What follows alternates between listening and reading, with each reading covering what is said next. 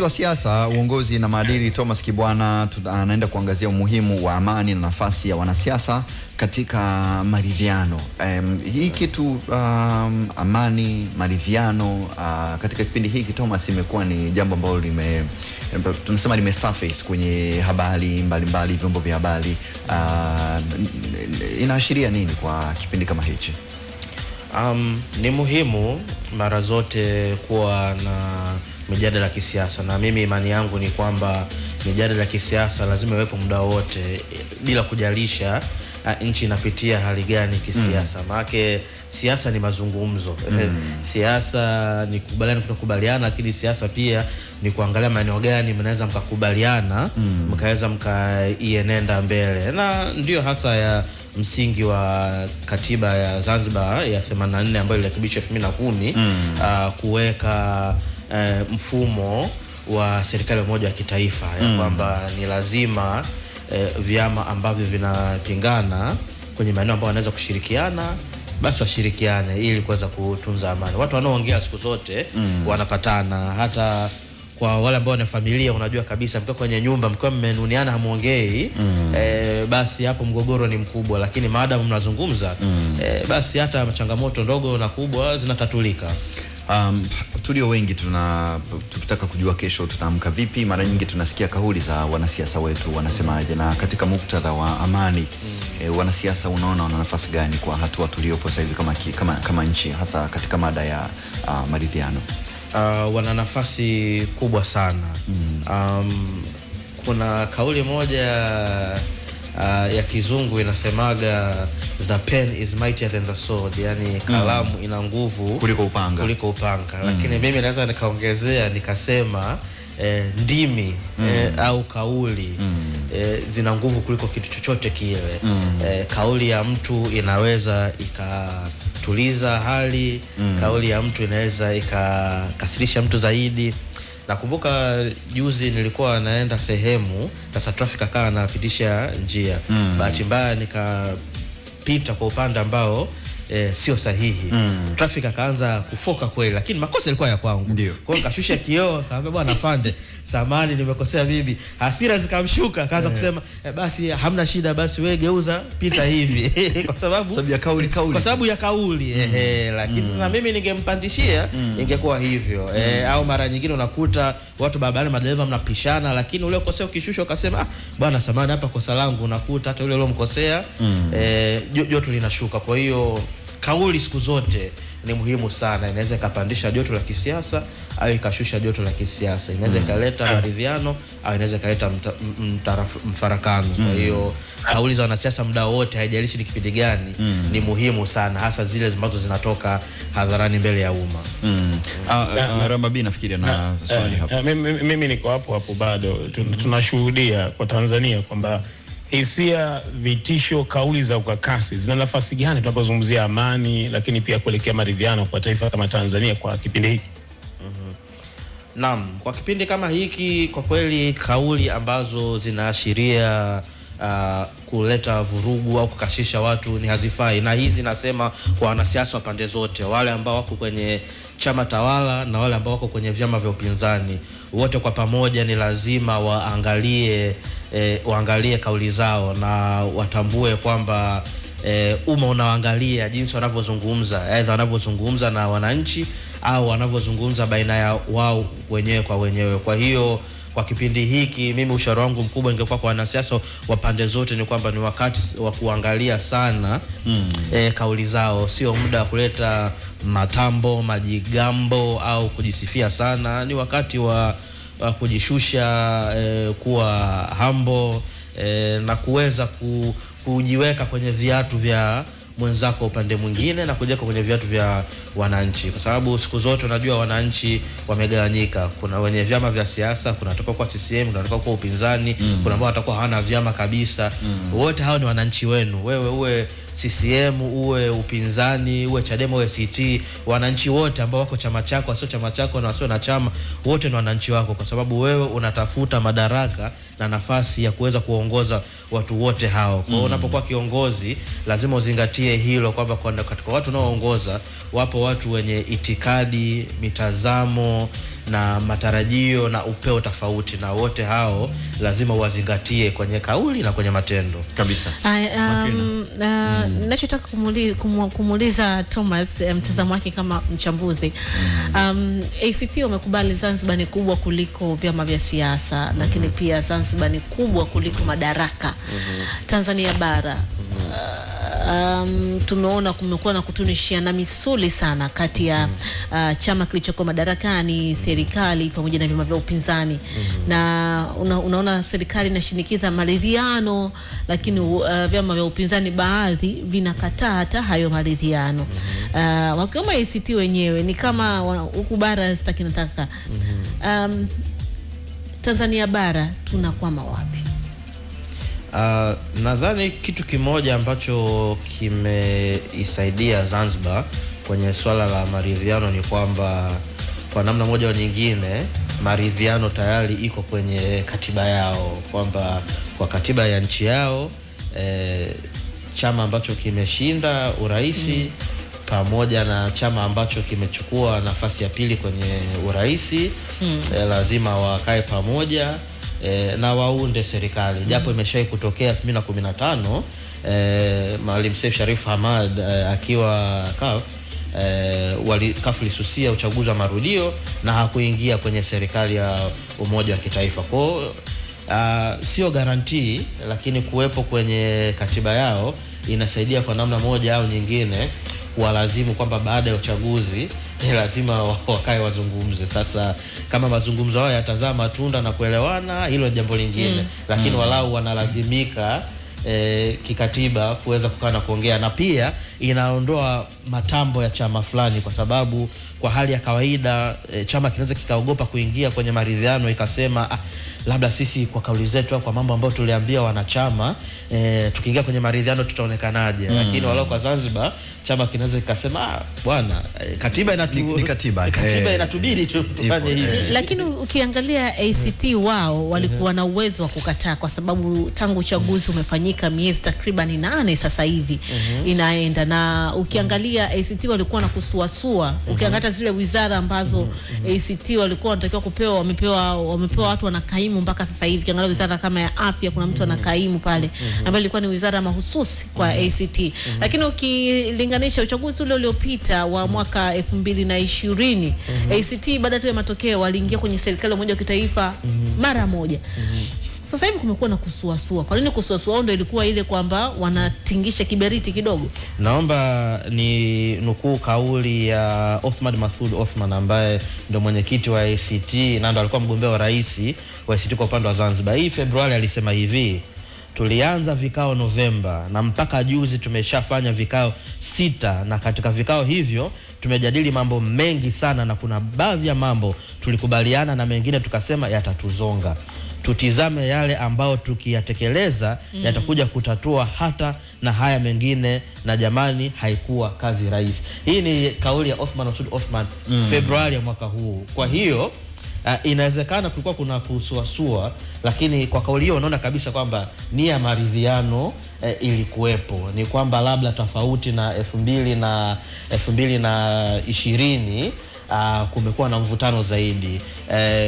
Kumbuka kwamba 2020 Othman Masoud Othman ndio kwanza alikuwa hata sio mgombea wa rais kwa upande wa Zanzibar. Alikuwa Sheikh Sharif Hamad ambaye alikuja kuwa makamu wa rais wa kwanza. Alipofariki akachukua nafasi Othman Masoud Othman. Kwa hiyo hii ndo mara ya kwanza yeye Othman Masoud Othman anaongoza maridhiano ya chama chake kama makamu wa rais wa kwanza mstaafu na kama mwenyekiti wa chama. Kwa hiyo inawezekana kusuasua inatokana na haiba na utofauti ya mtu ambaye sasa hivi anaongoza maridhiano, kwamba miaka ya nyuma alikuwa Seif Sharif Hamad, sasa hivi ni Othman Masoud Othman. Kwa hiyo mitazamo inaweza kuwa tofauti, lakini kwa kauli yake mwenyewe tunaona kwamba nia ya kufanya maridhiano tokea mwanzo ilikuwepo. Zanzibar inathibitisha kwamba migogoro ya kisiasa na vurugu za kisiasa ama kutofautiana kwa itikadi za vyama kunaweza kumalizwa kwenye meza ya mazungumzo na si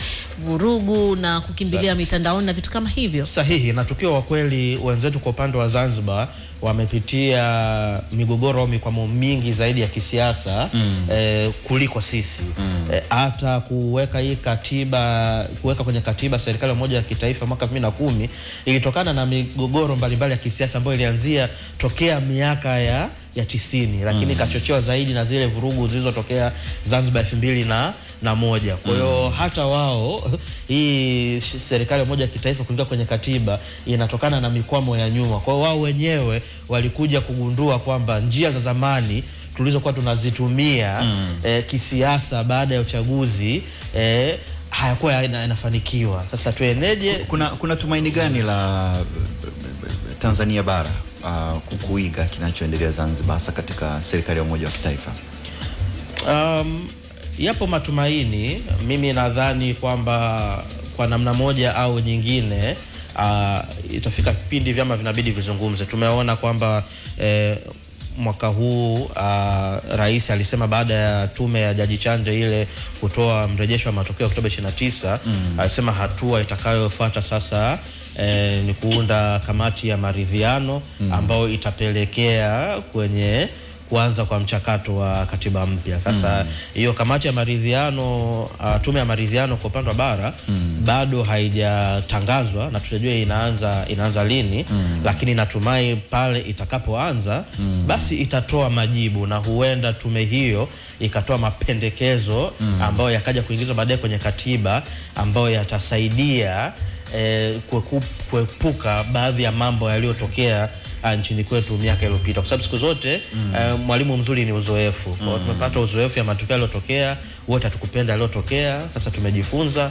Kwa sasa hilo somo inaweza kutusaidia kuenenda mbele na kuangalia sasa ni kwa namna gani tunaweza tukazuia hali kama ile isitokee tena, lakini ni kwa namna gani tukatengeneza mifumo ya kuhakikisha kwamba pale ambapo kuna mikwamo ya kisiasa basi kuna njia za amani za kuitatua. Lakini kwa ambao unawaza katika mazingira ya maridhiano, katika kutengeneza katiba mpya, mtu ambaye anakusikiliza sasa hivi, unafikiri ni vitu gani au ni misingi gani ambayo inaweza ikachangia kuelekeza sasa thinking katika hiyo process ya kuwa na serikali ya umoja wa kitaifa? Yani tufike pahala ambapo serikali ya Jamhuri ya Muungano wa Tanzania iwe ni kawaida kuwa na labda watu wa chama tawala na upinzani wakaunda serikali. Naam, nadhani kwanza ni utamaduni mzuri inaweza ikawekwa kwenye katiba yetu kama ilivyowekwa kwa upande wa Zanzibar kwamba chama ambacho kinashika nafasi ya pili basi chama hicho kinapewa fursa ya kuwa na nafasi kadhaa ya kuingia kwenye uongozi bila kuathiri sasa ajenda na mipango ya chama ambacho kimeshinda, ambacho ndio mfumo wa Zanzibar ulivyo kwamba wanashirikiana, lakini haiwekwi mkwamo kwamba sasa chama kilichoshinda uchaguzi kutekeleza ilani yake. Kwa huenda na sisi tunapotengeneza katiba mpya tuangalie namna ambavyo tunaweza tokana na serikali ambayo hata kile chama kilichoshindwa basi kuna baadhi ya nafasi wanapewa ili nao waweze kushiriki kwenye serikali. Lakini hata kama isipokuwa hivyo basi kuwe na mfumo fulani ambao italazimisha kwamba pande hizo zishirikiane kwa namna moja au nyingine. Tupe uzoefu kidogo wakati unaishia hapo kwa chama au inapotokea taasisi ya kisiasa kwenye mivutano mfano wa Tanzania wakawa na misimamo ya kutotaka mazungumzo na maridhiano. Uzoefu unaonyesha kwamba nini mbele yake kinakuwa au wanakuwa na maana ipi? Mimi kwa mtazamo wangu pale ambapo chama kimoja baadhi ya vyama vinavyokataa kuzungumza, anayeishia kuumia ni mwananchi, sio hivyo vyama vya siasa. Huwa tunaangalia kwa mantiki ya kwamba basi kusipokuwa na maridhiano chama hichi kitaathirika vipi? Hapana, anaoathirika zaidi ni wananchi wa Tanzania. Kwa hiyo kwangu ni kusihi wanachama wa viongozi wa vyama vyote kwamba ni muda kuweza kukaa na kuzungumza. Kuweza kuweka misimamo yako wazi sio kitu kibaya, ni jambo jema. Tena unaweka misimamo yako kwa nguvu zote unavyoweza, lakini mwisho wa siku ni lazima pande mbili zikae zizungumze, kwa sababu watu wasipokaa kuzungumza, mwisho wa siku wanaoumia ni wananchi. Kwa hiyo lakini ambao hataki kuingia kwenye maridhiano wanatoa sababu zao, lakini hata wanaotoa sababu zao kutokuingia maridhiano kwa namna moja au nyingine hautafutani sana na kilichotokea Zanzibar. Ni kwamba wanasema kwamba wana masharti yao, matakwa yao ambao wangependa yafanyike kabla hawajaingia kwenye maridhiano. Sasa kwenye siasa kuna kitu kinaitwa give and take. Unapata kidogo, unaachia kidogo. Kwa mwisho wa siku chama tawala inabidi ipate kidogo na iachie kidogo, lakini hata wapinzani nao sasa inabidi sasa na wao wapate kidogo lakini waachie kidogo. Kwenye udadisi wako unahisi kwenye chama chenye ushawishi, pia vyama ni vingi nje ambacho kinashika hatamu, Chama cha Mapinduzi, Chadema, wana ushawishi, unahisi wako waliogawika licha ya misimamo ya kiongozi kwa maana ya mwenyekiti, makamu mwenyekiti na wengine kutotaka maridhiano? Wako ndani ya Chadema unahisi kwa udadisi wako ambao wanataka maridhiano kama vile kukengeushana au la kuwa na mivutano? Kwa siku chache sasa zilizopita, kama siku 3 siku 4, kumekuwa kuna minong'ono kwamba ndani ya Chadema kwenye kamati kuu kumegawanyika. Kuna baadhi ya viongozi wa kamati kuu wanataka maridhiano, lakini kuna baadhi hawataki maridhiano. Singependa kuwataja majina kwa sababu mpaka sasa hivi kama anavyosema ni minong'ono mitandaoni.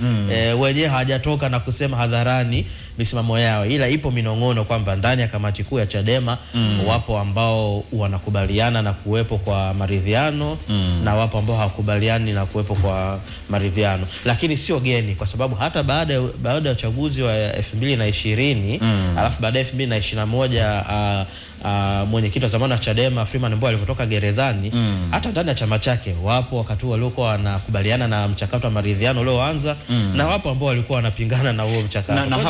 Na hapo Thomas, tuseme tufikirie kwamba maridhiano kama tulivyosema wote tunafikiri ni kitu ambacho ni cha msingi na tunakihitaji, na hakuna mtu ambaye atafaidika na nchi ambayo imevurugika, uwe mwanasiasa au raia wa kawaida.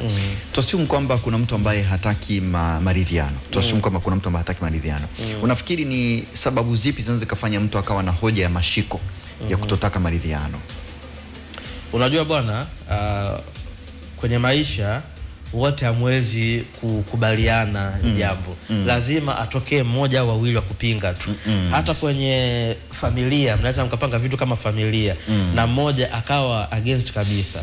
Kwa hiyo mwisho wa siku kuna kitu kinaitwa coalition of the willing, muunganyiko wa walio tayari. Kwa hiyo lazima ifike hatua kwa kuna muunganiko wa walio tayari. Kwa hiyo itafika hatua wale ambao wako tayari kuingia kwenye maridhiano wataingia kwenye maridhiano, wale ambao wanapinga kabisa kuingia kwenye maridhiano basi kwa bahati mbaya nzuri nchi haiwezi kukwama, ni lazima iendelee. Lakini unafikiri kuna mazingira labda ambayo kwa kiongozi ambaye ana nia njema anaweza labda akawa anafikiri kwamba tuiweke hili na hili na hili sawa sawa kabla ya kwenda kwenye maridhiano? Unafikiri panaweza kuwepo na hoja? Jambo kubwa kwa upande wa pinzani ilikuwa katiba mpya, ambao ni jambo ambao wamekuwa wakililia kwa muda mrefu kwamba lazima mchakato wa katiba mpya uanze.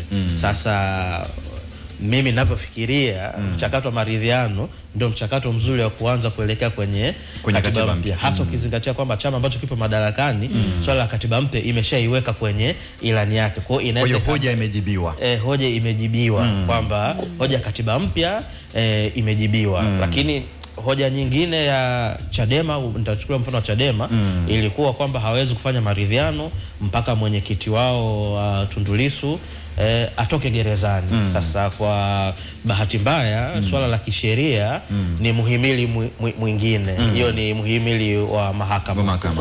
Kwa hiyo ni edha hapo nani mkurugenzi wa mashtaka aamue kuachana na kesi hiyo au kesi imalizike mahakamani, Lissu ashinde aachiwe. Lakini serikali kama serikali kwa mamlaka yake haiwezi ikatoa amri kwamba sasa hivi Tundu Lissu atolewe gerezani.